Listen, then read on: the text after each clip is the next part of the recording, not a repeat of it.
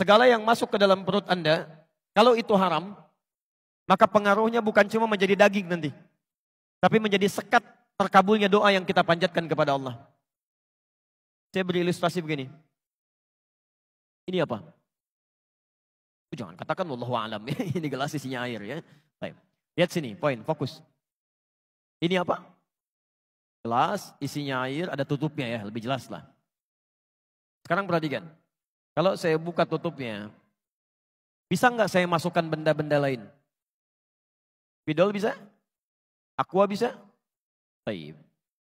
Sifat doa, ketika dimohonkan kepada Allah, kata Al-Quran, doa itu tidak ada yang ditolak, semuanya akan dikabulkan. Setiap Anda mohonkan, demikian Allah akan kabulkan. Kalau tidak sekarang, besok.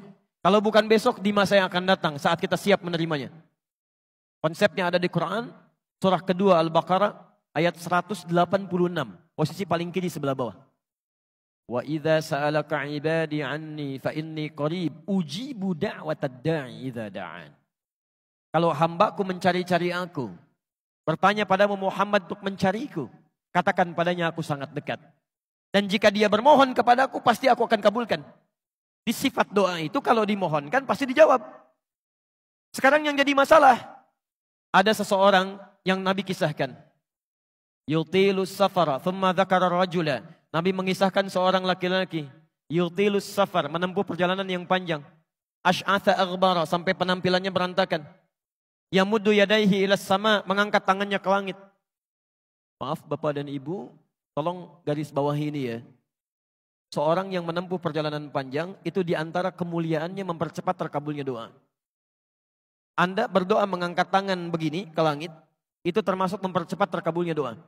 Itu ada di Abu Daud, nomor hadis 1488 sampai 1490. Dan cara mengangkatnya bukan terpisah begini, tapi mendekat seperti ini.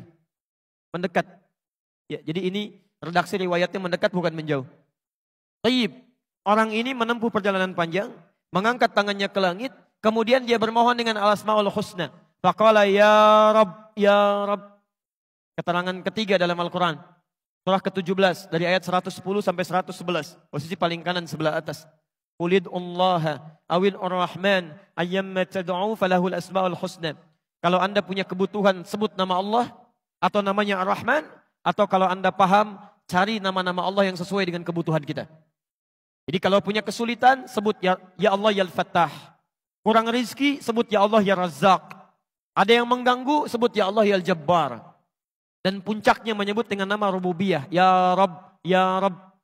Makanya Anda sering berdoa menggunakan kalimat Rabb. Rabbana atina fid dunya hasanah. Rabbana la tu'akhidna in nasina wa akhtana. Rabbana zalamna anfusana. Rabb. Orang ini menyebut dengan menggunakan Rabb. Menempuh perjalanan panjang, mengangkat tangannya ke langit, memulai dengan al-asmaul husna. Ya Rabb, ya Rabb. Seharusnya doanya 6 kali dikabulkan lebih cepat dari orang biasa. Kata Nabi, anna yustajabu lidzalik. Mustahil doanya bisa dikabulkan. Mustahil. Kenapa? Mat'amu haramun, karena makanan yang masuk haram. Mashrabu haramun, minumannya haram. Malbasu haramun, pakaiannya haram. Wa ghudhiya biharami, dan perangkat hidupnya haram. Mohon izin teman-teman sekalian, perhatikan sekali lagi. Kalau ada seseorang mengkonsumsi yang haram, maka itu akan menjadi daging, kemudian menutup sekat-sekat kebaikannya begini. Kalau sudah tertutup begini, Allah saat ingin mengabulkan doa, bukan tidak ingin mengabulkan. Saat akan dikabulkan, gak bisa tuh, balik lagi. Gak bisa masuk. Makanya orang-orang seperti ini, kalau sudah doanya sulit dikabulkan, nanti maaf, mendengar kebaikan pun susah juga. Quran surah 6 ayat ke-25. Wa fi adhanihim waqra, karena dia makan yang haram, beredar dengan darah, jadi daging menyumbat telinganya. Dengar azan susah. Padahal ini masjid, ini rumah dia, Masya Allah. Speakernya ngadep ke rumah dia, ke kamarnya langsung.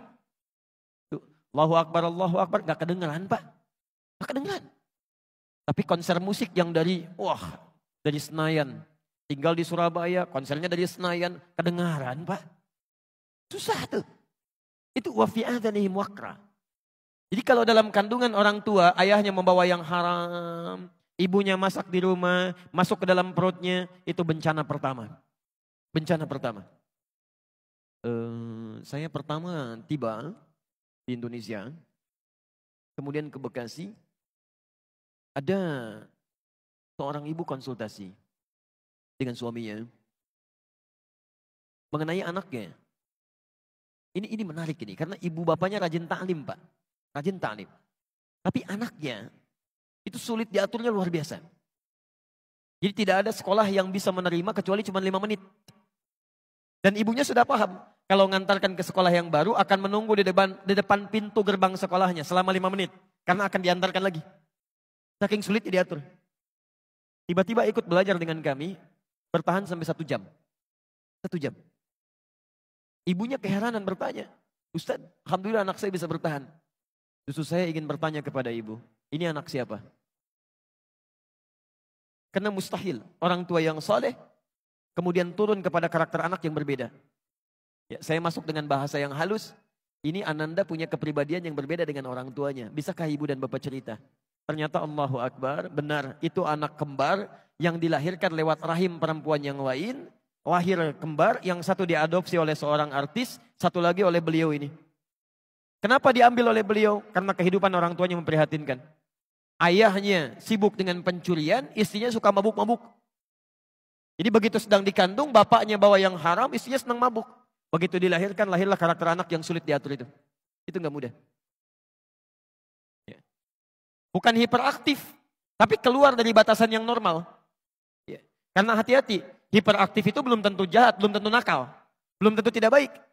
Bahkan bisa jadi tanda pintar yang pertama.